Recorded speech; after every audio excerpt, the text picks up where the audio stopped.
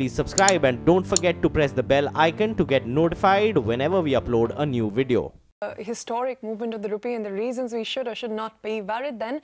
Now, global giant Tencent has bought a majority stake in Indian gaming app Dream11 Fantasy. Sources tell CNBC TV18 that the Tencent deal values Dream11 at around $750 million. Post this deal, founder Harsh Jain's stake in the company will fall to around 35%. In fact, Nisha Podar joins us now with Harsh Jain. Nisha, you have the man of the moment. Over to you now. Thanks for that. Yes, it's a big investment coming in from Tencent in homegrown company Dream11 Fantasy, and I have with me the founder of Dream11 Fantasy, Mr. Harsh Jain. So good to have you with us on CNBC TV18, Harsh, and many congratulations on this transaction. Can you give us more details? How much is Tencent really investing? And we heard the valuation of about $750 odd million for the company with this round of investment. Can you confirm that as well? Sure. Thanks for having me on this show. It's great credibility to our team for all the work that they've done, and to see the world's largest gaming company invest in us is a big faith point driven home, right? For us, that we're on track to be India's largest game. And maybe a unicorn in the making? I think, in terms of valuation, these are vanity metrics for us. What really matters is the work we do. So usually we don't comment on the funding or the valuation, because what we really care about are the users, the user growth, the work we do, and really how many sports fans are we evolving to fantasy sports. And that journey's been fantastic, going from about 300,000 sports fans evolved to fantasy sports in 2016 to about 40 million now. So we're just touching 41 million users, and we hope to take that to 100 million users next year now. 100 million users next year. Is that what Tencent is betting on? I would say it's a game of skill. But yeah, Tencent is counting on the fact that we're able to reach our projections. And of course, their investment goes towards helping us to that goal. But it's a much longer strategic partnership that we're signing on for. So it's about the 5 years or 10 years ahead of us rather than just next year's targets. So you said strategic partnership. What is it that Tencent brings to the table for the growth of Dream11 Fantasy? As the world's largest gaming company, they've been there, done it. They have, 1 billion people that they've targeted in China. They have gaming investments throughout the world. Just the knowledge that they have of how users interact with games, how to monetize free gamers, paid gamers, how to monetize freemium games, how to, create games from scratch and take them to 1 billion users is something that is fantastic to learn about. Right. In fact, some of our earlier interactions, we spoke to them about decisions that took us months to make, and it was fairly obvious to them. And these are things that we would count on at, having them in our boardroom. It would be extremely helpful to have these strategic partnerships where you can really learn a lot and save a lot of time, because in the tech ecosystem, speed is all that matters. All right, but you didn't talk about the numbers. How much is the investment? And if you can share a little bit about the valuations. So like I said, we don't talk about investment usually and the valuation, because of the fact that we really only care about the work that is done. So far we've been growing the space ourselves right from 2012 when we started freemium fantasy sports. Right. To 2016, it was almost us and 3 or 4 other small operators. Right. In the last 2 years, ever since the High Court and Supreme Court have cleared the Dream11 format as legal, that number's jumped from about 5 operators to 70 operators. And what we care about is growing the ecosystem, growing the number of users. And, that's what we want to focus on, not on the valuation. But Kalari Capital, multiples, they have also invested in your company. Right. So how much premium to the last round of investments to this round have you seen in terms of your valuation? At least tell us about that. I think you're not going to leave me until I give you something. So, we have been growing at about 400% year over year as a business for the last 4 years. Right. And our premium this round reflects that growth. So it's very similar to the 400% that we've grown over the last year. All right, one big question, since it's a nascent industry, about the regulatory aspect, and how is it different from betting, and what gives it that legal tag? So it's very different from betting, because betting is a game of chance. It's something that you just bet on without too much knowledge of what's going to happen. When you're talking about fantasy sports, users have to select a curated team of 11 players for cricket or football, for example, that play for the duration of an entire match. You have to select players from both teams, and they score points based on their real-life performance. So you're doing exactly what a real selector does in real life. A coach of a team selects his team. And that is definitely more skill than chance. It requires research. It requires you to have deep knowledge of the game, weather conditions, the playing 11 of each side, and how their format is.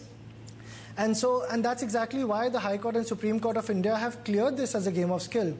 The minute you are classified as a game of skill more than chance, you're exempt from gambling laws. And the High Court of India and the Supreme Court has then approved that, has said that Dream11, as its specific format, is a game of skill, is exempt from gambling laws in India, and is protected by the Constitution of India to operate as a regular business activity. All right, we'll bring you more of that conversation later, but for now, here's the latest from the Jet Airways saga. Pay our salaries or face non-cooperation, and that is the strong message from angry jet pilots to the airline company. In a letter addressed to the management, the jet pilots have questioned the hiring of expensive expat pilots by the management of Jet Airways. Utkarsh Chaturvedi, who broke that story, joins us with more details. Utkarsh, that's a very strong statement coming in from the pilots. What we are picking up from our sources is that the pilots have written to the management regarding the delay of salaries. Now, they were earlier being told that the salaries will be credited for the last month by only the mid of this month. Now, what they have written in their letter is, and I'm reading out the excerpts of this, they have said that the delay in salary is absolutely unacceptable to the committee. No communication, what they say is that there has been no communication about the delay in salary to them till this point of time. In fact, they have said that the pilots are being forced to bear the brunt of the financial mismanagement by the company. A very important line here is that they've said in the letter is that management will bear sole responsibility for any repercussions, and not paying the salary on time would lead to non-cooperation by pilots. Now, when the pilots have shot off this letter, Jet Airways has gotten back to the pilots and have assured that in a week's time the salaries will be processed. In fact, they have also told the pilots that the management is in the process of raising funds, and there will be more money coming in by the sale of jet privilege. This is what the management has told the pilots. Also, all the other issues which is regarding the expat pilots and the other changes which the pilot committee had written about in an earlier email to the management has also been looked at in an email query to Jet Airways. Jet Airways has told us that the company is in dialogue with the pilots and other members of its team to resolve some issues, including disbursement of salaries. All right, Utkarsh, thank you very much for bringing us the latest on that Jet Airways story. But here's the latest from the insolvency space then. The lenders of debt-ridden Reliance Naval and Engineering are meeting today to discuss a resolution plan for the company.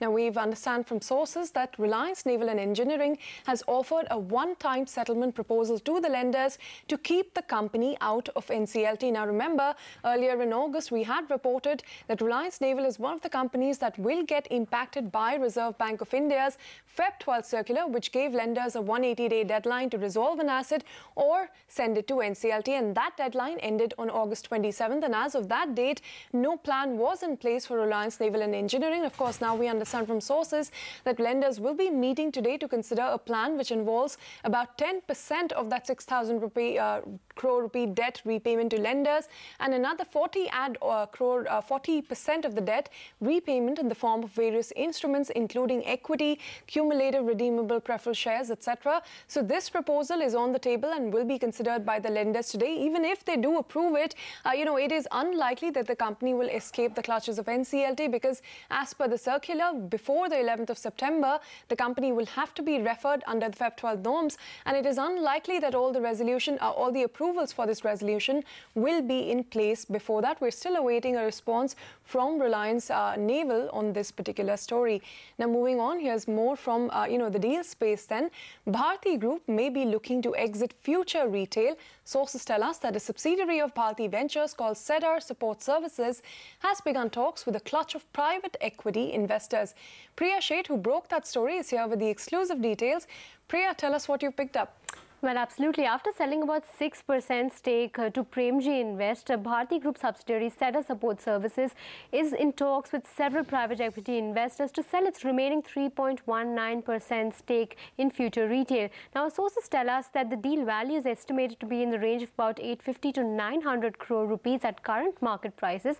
And as far as the inflow is concerned, for Future Retail, we do understand that the Future Group is likely to receive about 400 to 450 crore rupees as a part of the clawback provision that's there in the agreement. So at this point in time, talks are between foreign as well as domestic private equity players. But do remember, the timing of the deal could be critical, and it could take anywhere between 4 to 8 weeks is what we do understand. But of course, there is speculation that the deal will only take place after Future Retail sells about 10% stake to a foreign tech company that we understand they're currently in talks with. In fact, we did reach out to the companies. Bharti spokesperson said that they do not like to comment as far as market speculation is concerned. Future Group said that they cannot comment on a deal where the company is neither a buyer or seller. All right, Priya, we'll leave. Gay sex is not a crime in India anymore. The Supreme Court, in a landmark judgment today, partially struck down Section 377 of the Indian Penal Code, a 157-year-old law that criminalized consensual unnatural sex. A 5-judge constitution bench ruled that the Section 377 of the Indian Penal Code, insofar as it criminalizes consensual homosexual acts between consenting adults, is unconstitutional. The Supreme Court, however, made it clear that sex with animals, which also forms a part of Section 377, will continue to remain a criminal offence. Utkarsh Anand, our legal correspondent who was at the court today, joins us now. Utkarsh, it is a memorable day for the LGBT community and the nation as a whole. Ending the century-old stigma, the Supreme Court today struck down Section 377 in the Indian Penal Code insofar it penalizes sex between consenting adults in private. Court said that this is violative of right to privacy, right to dignity, and is an instance of discrimination against a section of the society. In its judgment, 4 judges writing separate judgments per unanimous judgment, they laid emphasis on the right to privacy and said that sexual orientation is an essential attribute to one's autonomy and individual's right to self-determination.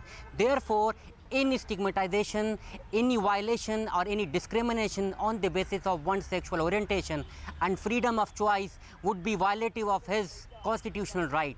Safeguarding this constitutional right, Supreme Court today said that Section 377 can no longer criminalize sex between 2 consenting adults on the basis of their age or on the basis of their consent.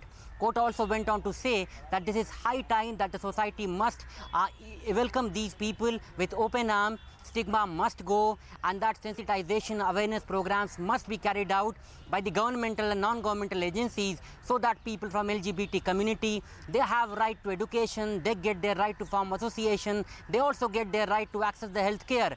All these were in fact judgments written by the Constitution bench today, and it made it very clear that there is after all light at the end of this tunnel, and the rainbow today shone very bright in the Supreme Court. All right, Utkarsh, thank you very much for bringing us the highlights of that very important verdict today. Now on to the last read then, which today witnessed a V-shaped recovery in trade. The Nifty saw a sharp pullback post 1 p.m. and managed to end above the 11,500 mark. The Sensex also snapped its 6-day losing streak and rallied more than 200 points. Among the broader markets, banks rallied about 100 points and the pharma index outperformed as 3 of the top 6 gainers were pharma stocks. News from the FMCG space then. The Director General of the National Anti-Profiteering Authority, or the NAA, today submitted its final report on HUL. Now, this report alleges that the company made profits of over 495 crore rupees by not passing on benefits of GST rate cuts to its consumers. Remember, HUL already submitted 160 crore rupees suo motu in January this year and feels that this 495 crore rupee amount is overstated. Timsy Japuria, who has been tracking that story, joins us now. Timsy, take us through the details of what this case is and what HUL has to say. In a fresh move, the Director General for Anti-Profiteering, or DGAP, has submitted its final report on HUL to National Anti-Profiteering Authority. DGAP has alleged HUL for profiteering of 495 crore rupees, which was profiteered on over 1,600 stock-keeping units. Remember, HUL was facing investigations for not passing on GST rate cut benefits announced in November 2017, and in January 2018, it had on its own approached DGAP and submitted 1,600 crore rupees for profiteering. Meanwhile, officials told CNBC TV18 that National Anti-Profiteering Authority has already concluded first round of hearing with HUL, where HUL has contested the claim of 495 crores made by DG Anti-Profiteering and has told National Anti-Profiteering Authority that the claims of 495 crores by DGAP is overstated. Rather, HUL has already deposited 160 crore rupees suo moto to DGAP. When CNBC contacted HUL, the company spokesperson said, and I quote, "During the transitory period, HUL suo moto offered to pay the government the benefits which accrued to the company but could not be passed on to the consumers. This amount aggregating to 160 crores, including 36 crores on behalf of our redistribution stockists." The DG Anti-Profiteering has submitted a report which we have responded to in a comprehensive manner. We are confident that National Anti-Profiteering Authority will consider our inputs, end quote. Let's see what is the final order by National Anti-Profiteering Authority, whether it is in favor of HUL or in favor of confirming the claims asserted by DG Anti-Profiteering. We'll keep you posted. Back to you. Of course, Timsy, thank you very much for joining in with all of those details. Now, here's the big event that we were tracking today. India and the United States held their first ever 2+2 summit in New Delhi today.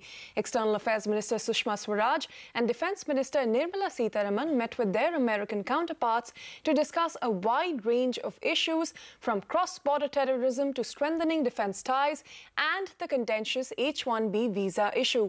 Both the nations have signed a landmark defense agreement today.